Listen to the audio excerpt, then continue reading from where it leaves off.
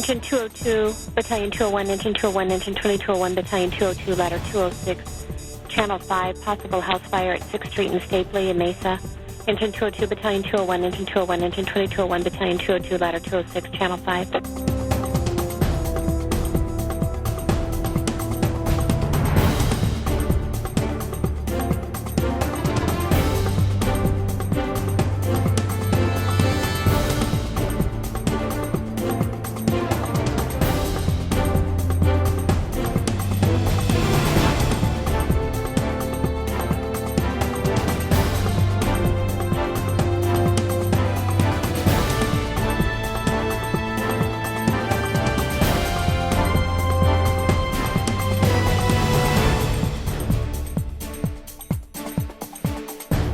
When the community requires emergency services, they dial 911. Responding to an emergency is critical, and every second counts. Understanding fire behavior, as well as the basic survival needs of the human body, provides insight into the importance of an emergency response. A fire starts small and spreads quickly. It will double in size every 2 minutes. Extreme heat temperatures reaching over 1,000 degrees will happen within a matter of minutes. Flashover, the temperature at which everything in the room ignites, occurs in 8 minutes. Survival rate at flashover is 0.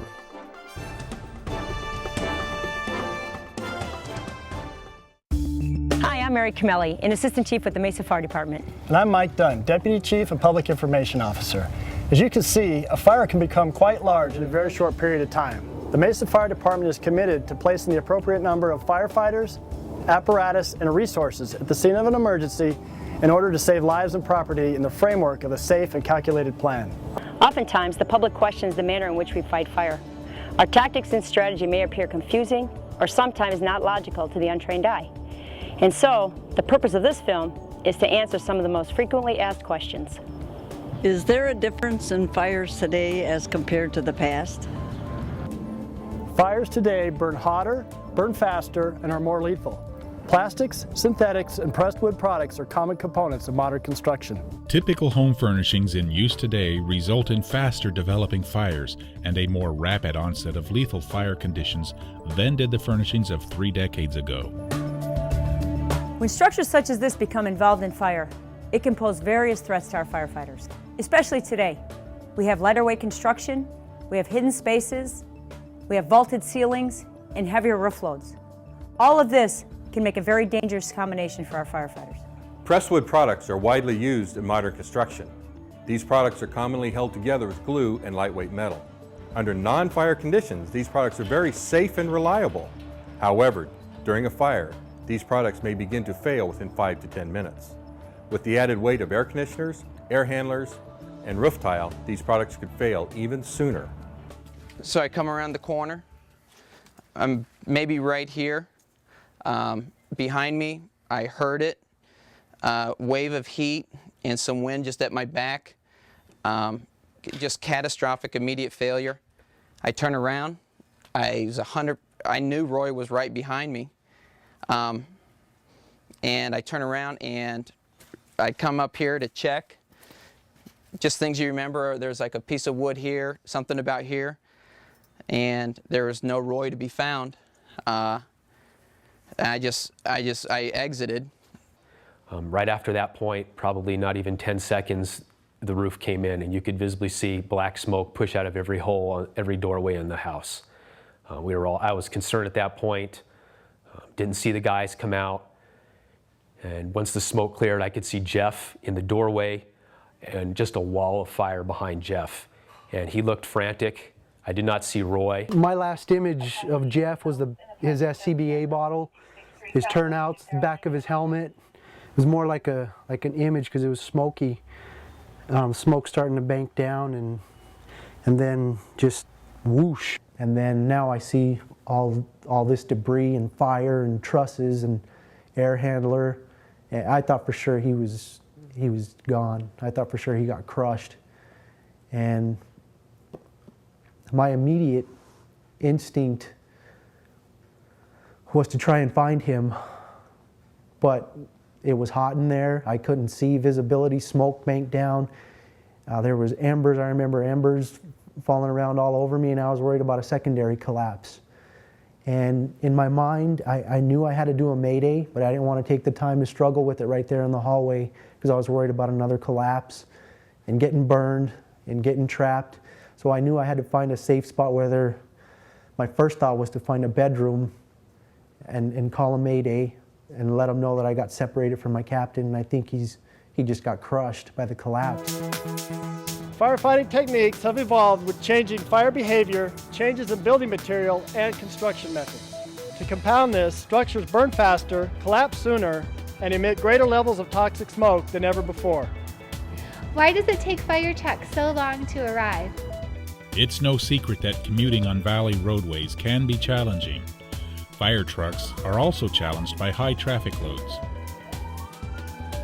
Security measures taken by home developers and homeowners, such as gated access and security doors and windows, may also slow the firefighters' response. My question is, why do fire trucks from other communities show up in Mesa when there's a fire? Time is the customer's worst enemy, and it becomes the firefighter's worst enemy as well. For better customer service, the Valley cities have decided to erase all boundaries and create what is called an automatic aid agreement. The automatic aid agreement relies on the closest unit responding, with all units having a GPS receiver and using computer-aided dispatch. Using GPS technology, the closest appropriate fire apparatus from Mesa, Tempe, Chandler, Gilbert, or Apache Junction will be dispatched to an incident in Mesa. In turn, Mesa will respond to these cities if a Mesa fire unit is closest. The result of this agreement helps to ensure that the closest available fire unit is dispatched to the call. A faster response helps to improve the life safety aspects for the occupants and for the responding firefighters as well. How many trucks are dispatched to a fire and why? Standard response for a house or small commercial structure fire for 3 engine companies, a ladder truck, and 2 battalion chief or command vehicles.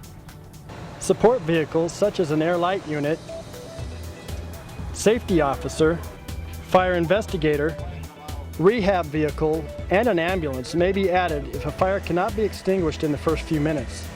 Large commercial or other complex fires usually require the balance of a first or second alarm. The first alarm virtually doubles the number of engines and ladder companies, as well as adding some additional support units. Additional alarms are used when there is a potential for fire to rapidly spread beyond the area of origin, or additional personnel are needed to support tactical priorities. Tactical priorities addressed on all fires are rescue, fire control, and loss stopped. Rescue are the activities required to protect the occupants, remove those who are threatened, and to treat the injured. Fire control are the activities required to stop the forward progress of the fire and to bring the fire under control. Loss stopped are the activities required to stop or reduce property loss and to minimize the emotional impact of the event on the customers involved. Each engine or ladder truck that responds to the scene has a job to do related to the emergency or the firefight. A typical house fire requires the responding crews to take the following actions. As the first engine company, we'll establish a water supply, connect a large hose to the hydrant near the incident. We will then do search and rescue by entering the structure and systematically searching all rooms in the structure. The fire attack will usually be performed immediately after or in conjunction with this search. Initial crews need to do a search and rescue, a good search and rescue. And you need the support from either a ladder company or another engine company with some type of ventilation, because the most critical part of firefighting is doing the search and rescue, and you need to support that, whatever it takes. You need to improve the visibility. When you go into a house fire or a trailer fire and you have zero visibility, it's very, very difficult to get a good primary search. Rapid intervention crew is required by OSHA anytime a crew is working in a hazardous atmosphere. Our objective is to be on site in a ready state to immediately react and respond to trapped firefighters and civilians. We are a temporary team until a formal rescue team can be established. The ladder truck will perform the following. As a ladder company, we will secure the utilities by shutting off the electrical and closing gas lines to the structure. The building will then be ventilated by cutting a hole in the roof. If the heat and smoke is not released from the structure, it will continue to spread throughout and cause more damage to the building and its contents. It will also increase the hazards for firefighters and potential victims. A vent hole may be cut in the roof of a building over the main body of fire, allowing the pressure, heat, and smoke to escape the building.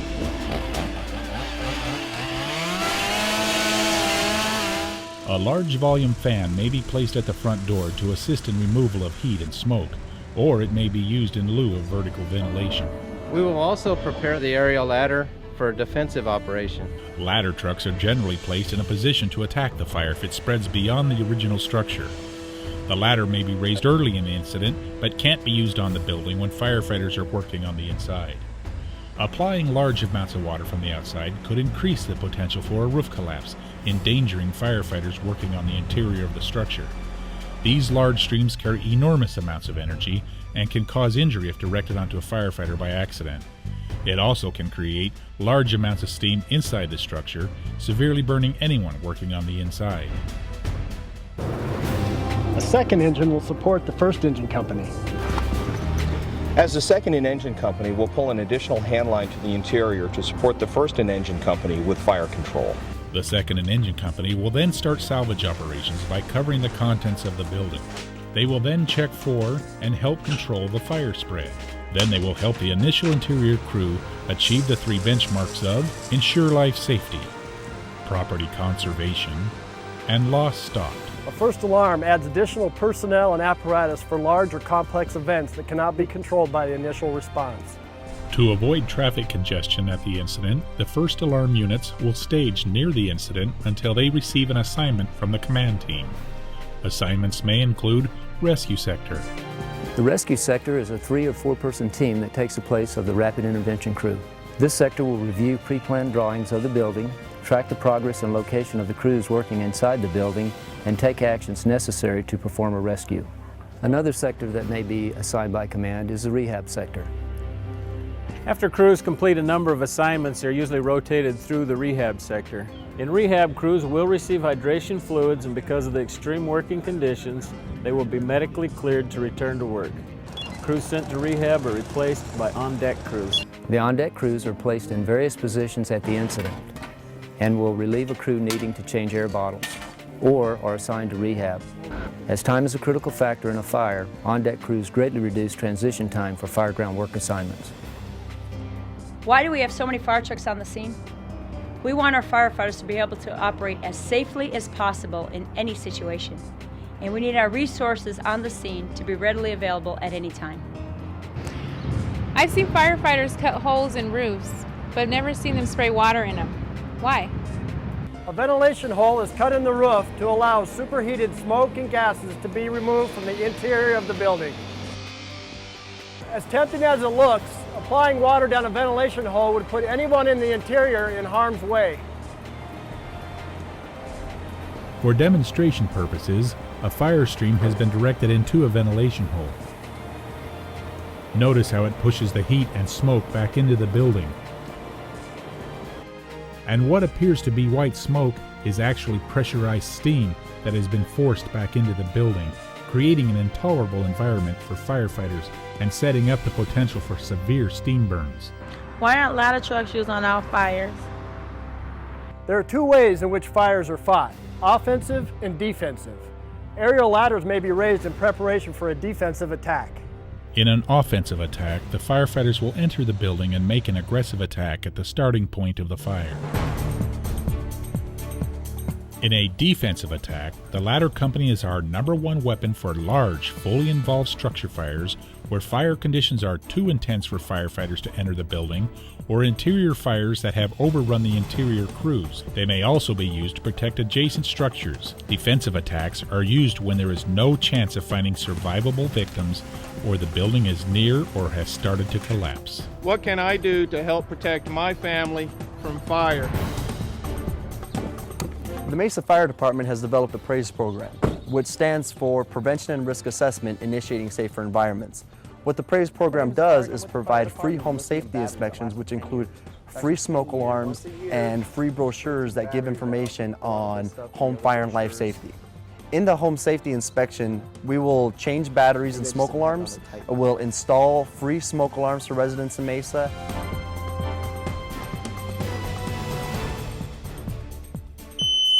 and provide brief information on home fire and life safety with brochures, and also educate on home fire extinguishers. And teach the resident how to use it and what kinds to purchase if they choose to purchase one. Squeeze, sweep, and that's how you use the extinguisher.